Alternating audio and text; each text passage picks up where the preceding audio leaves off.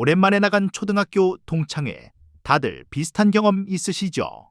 어떤 친구는 허리가 굽고 지팡이를 짚으며 힘겹게 들어오는데 바로 옆에 앉은 다른 친구는 40대라고 해도 믿을 만큼 피부가 탱탱하고 목소리에 힘이 넘칩니다.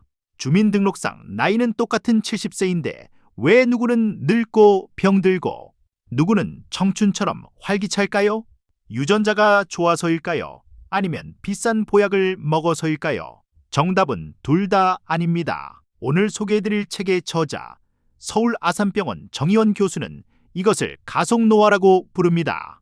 말 그대로 남들보다 노화 시계가 훨씬 빨리 돌아간다는 뜻이죠.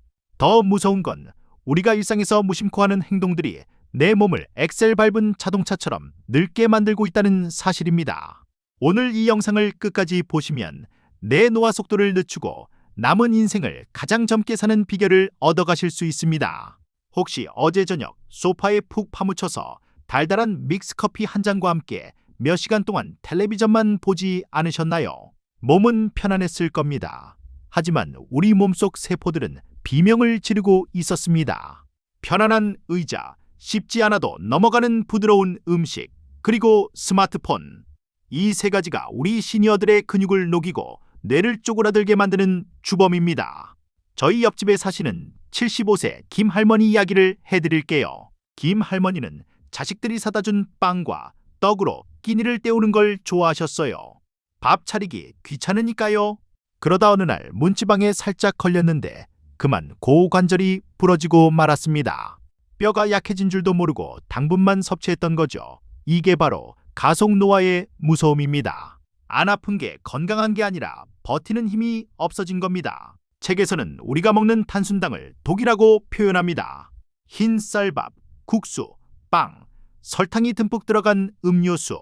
이것들이 몸에 들어오면 혈당이 미친 듯이 솟구칩니다. 그러면 인슐린이라는 호르몬이 나와서 이걸 처리하느라 췌장이 혹사당하죠. 이 과정이 반복되면 몸 여기저기에 염증이 생기고 그 염증이 뇌로 가면 치매, 관절로 가면 관절염이 됩니다.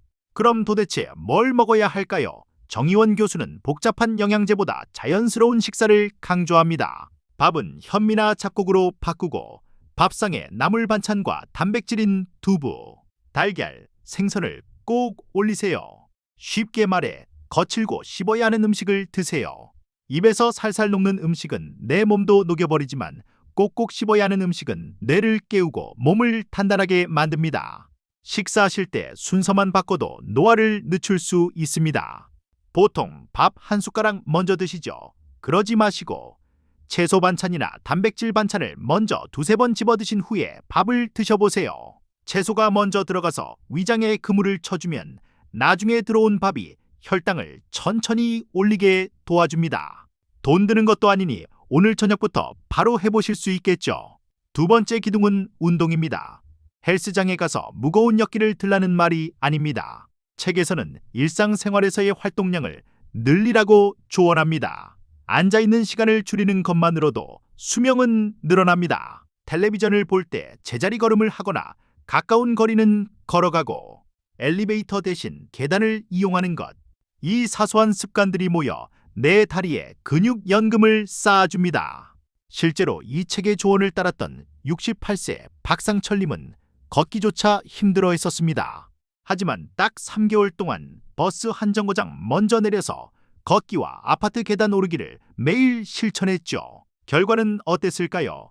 3개월 뒤 병원에 갔더니 허벅지 근육량이 20%나 늘었고 당뇨약도 줄이게 되었습니다. 큰돈 들이지 않고 내 두 다리로 만들어낸 기적입니다. 운동만큼 중요한 것이 바로 자세입니다. 지금 이 영상을 보시는 자세는 어떠신가요?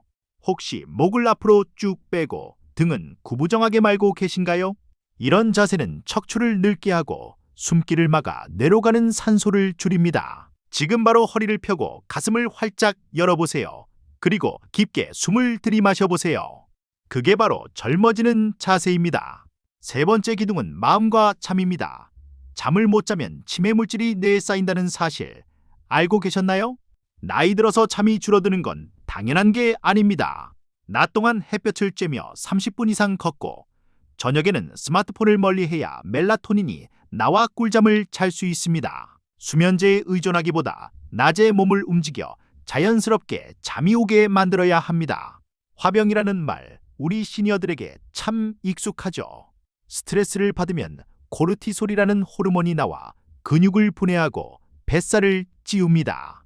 마음이 괴로우면 몸도 같이 늙습니다. 책에서는 명상을 권하지만 어렵게 생각하실 필요 없습니다. 화가 날 때 눈을 감고 4초간 숨을 들이마시고 7초간 천천히 내뱉어 보세요.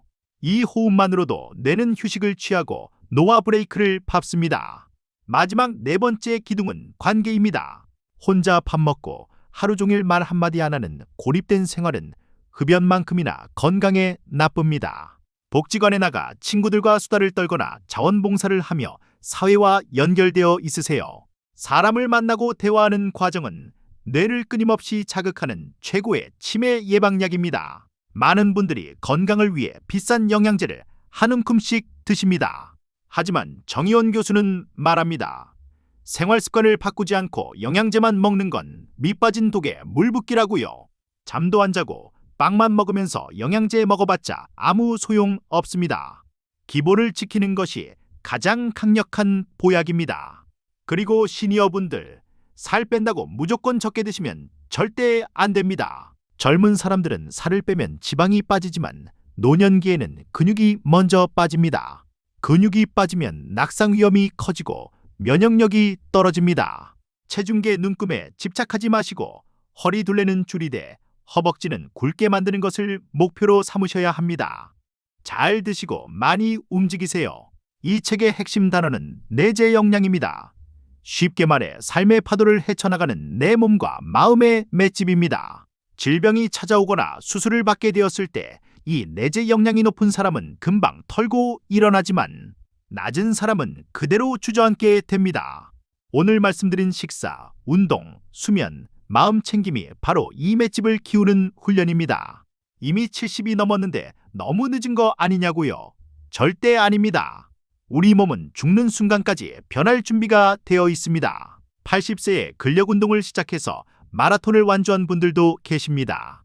오늘 믹스커피 한 잔을 줄이고 동네 한 바퀴를 더 도는 그 작은 선택이 1년 뒤, 5년 뒤의 여러분을 완전히 다른 사람으로 만들어줄 것입니다.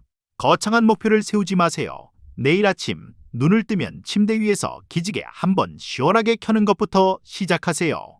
밥상에 김치 말고 나물 하나 더 올리는 것, 엘리베이터 기다리면서 까치발 한번 드는 것, 이런 사소한 것들이 모여 느리게 나이 드는 기적을 만듭니다. 여러분은 늙어가는 것이 아니라 익어가는 것입니다. 돈 모으는 재테크만 중요한 게 아닙니다. 진짜 부자는 근육 부자입니다. 통장에 10억이 있어도 내 발로 화장실을 못 가면 무슨 소용일까요? 오늘 걷는 한 걸음이 10만 원을 저금하는 것과 같습니다. 근육연금을 두둑하게 쌓아서 자식들에게 기대지 않고 내 인생의 주인공으로 당당하게 살아가십시오. 오늘 내용 정리해봅니다. 첫째, 단순당과 가공식품을 줄이고 거친 음식을 드세요. 둘째, 눕지 말고 끊임없이 움직이세요. 셋째, 스마트폰을 멀리하고 푹 주무세요. 넷째, 사람들과 어울리세요. 이 네 가지 기둥만 잘 세워도 여러분의 시계는 남들보다 천천히 흐를 것입니다. 이 책, 느리게 나이 드는 습관은 말합니다. 건강은 타고난 운명이 아니라 매일의 선택이라고요. 오늘 저녁 무엇을 드시고 저녁 식사 후엔 무엇을 하시겠습니까? 리모컨 대신 운동화를 집어드는 여러분의 현명한 선택을 응원합니다. 오늘부터 당장 밥상 위에 반찬 하나라도 바꿔보시면 어떨까요? 작은 변화가 10년 뒤 큰 차이를 만듭니다. 내용이 도움되셨다면 구독과 좋아요 누르시고 소중한 친구분들에게도 공유해서 함께 건강해지세요. 오늘도 활기찬 하루 보내세요.